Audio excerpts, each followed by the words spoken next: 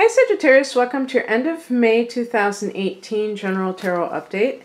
It's Rena here, and I can't wait to see what's going to happen to me since I'm a Sagittarian too. And,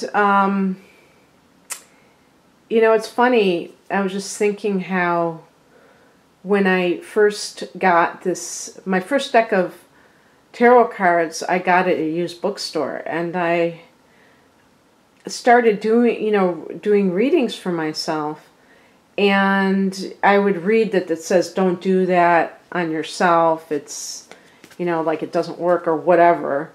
And I used to derive a lot of benefit from doing that, and you know what, I never do that now, which is kind of funny because here I am doing readings for other people. And so I'm going to just enjoy seeing what it says. But I thought that was kind of interesting because I just don't do them anymore. And I don't know, I just kind of got out of that habit.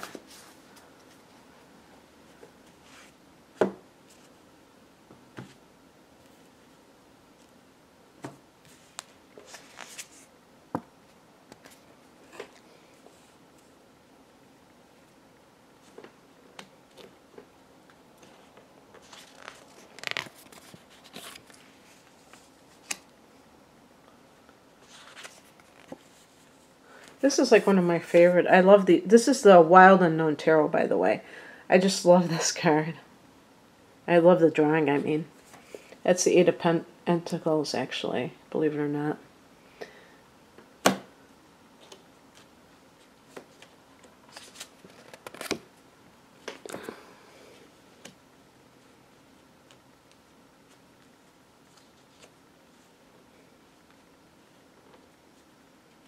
Having trouble like even just lifting the card up because these are relatively new. Oh, I love this.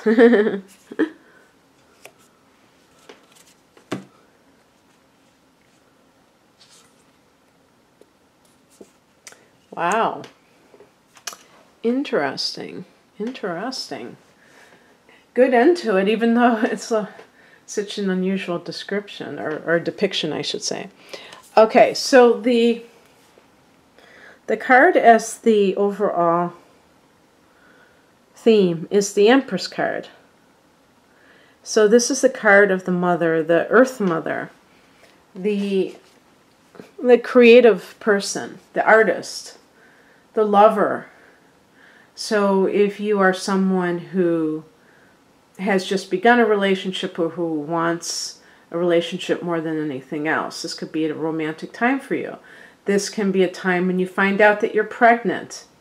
Yes, all you men out there, you're gonna obviously you'd have to be a woman for that to happen, but still. The Empress connects to Taurus and Libra. So if either of those two signs are people in your life that mean a lot to you, then that could be indicated. The foundation of this situation is represented by the Eight of Pentacles, and this is a card of, you could say, like spinning that web. You know, actually the Eight of Pentacles is a card of doing a good job, but also training to get more credentials even. So for people who are, I never think of that word, you know, where you're not getting paid, interns. Some kind of an internship, or even if you are getting paid but you're still in that apprenticeship period, it can be just trying to impress the higher ups with your expertise, or just working hard and having success. The number 8 is the number of success. And with the Empress, it may be in the creative arts. What is the Fly in the Ointment card? The Ace of Swords. So maybe in some area that you're not seeing things as they really are, you're in denial. And that denial is preventing you from making changes in your life. So is there something that you need to let go? Oh, here's a good thing, Sagittarius. This may have some importance to some of you. There's going to be a full moon in Sagittarius on May 29th at 8 degrees of Sagittarius. So that could be some kind of indication that you need to let something go in order to have something else come in that's more desirable. And so the Ace of Swords, maybe you're in denial over an addiction or just like a self-defeating pattern, and you're really looking to make a move and to move forward, but it's just being delayed because you're not fully embracing the need to change. And I think that full moon will give you that little boost. What is the higher message? The Nine of Wands, it looks like. Interesting that they have a moon there. The Nine of Wands is a card of boundaries and even like strength and reserve. That's from my, I think that's Nine of Wands. I have a book of keywords. Yeah, I'm sure it is. This is the book. And sometimes I remember the actual phrases.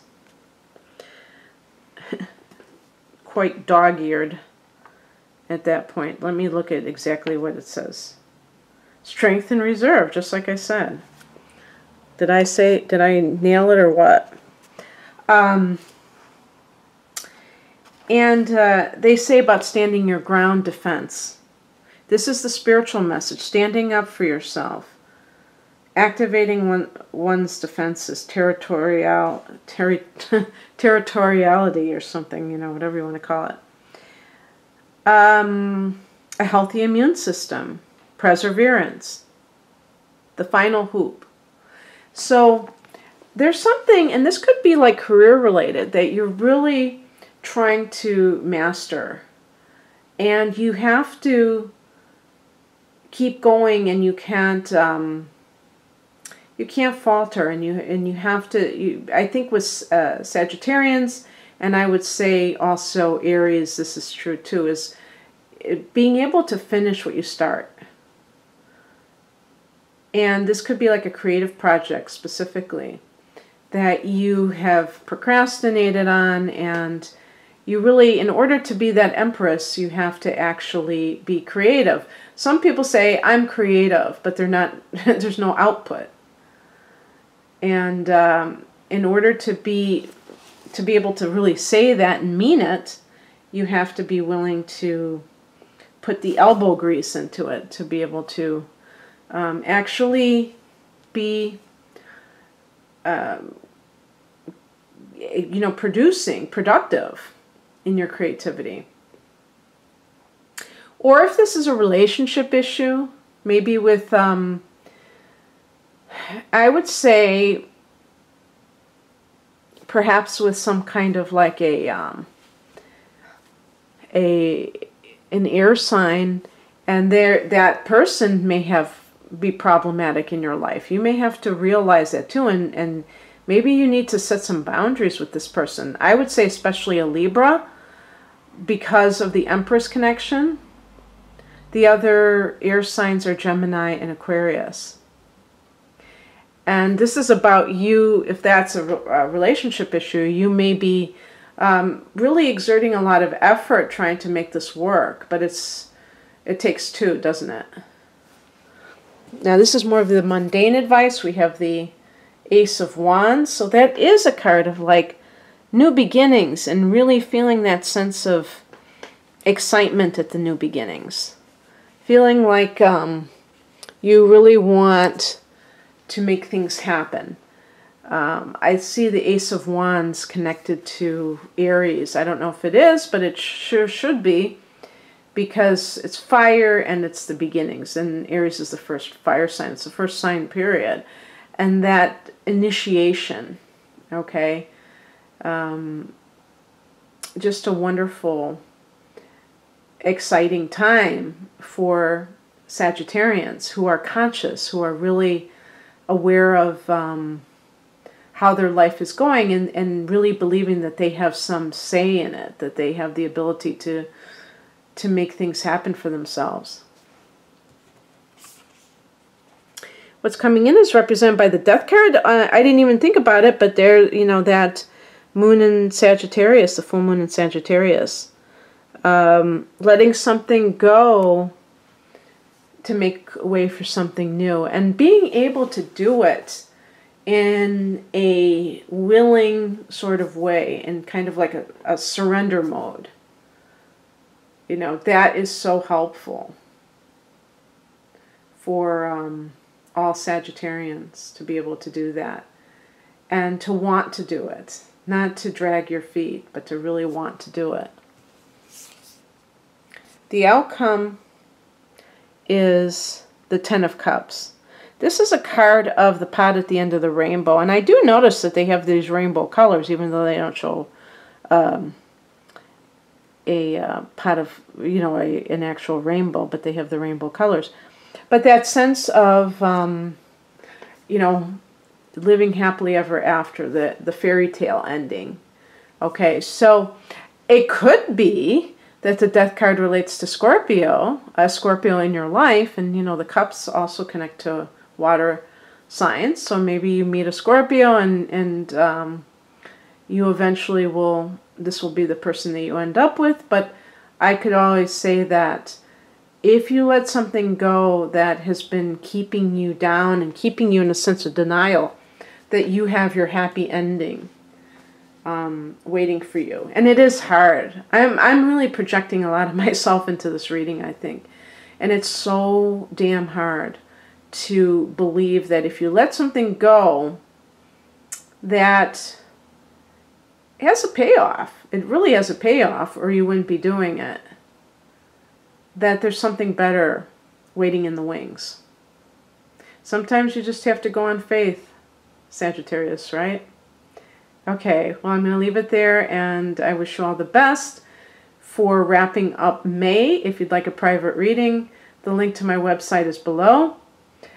Good luck, you guys. Bye.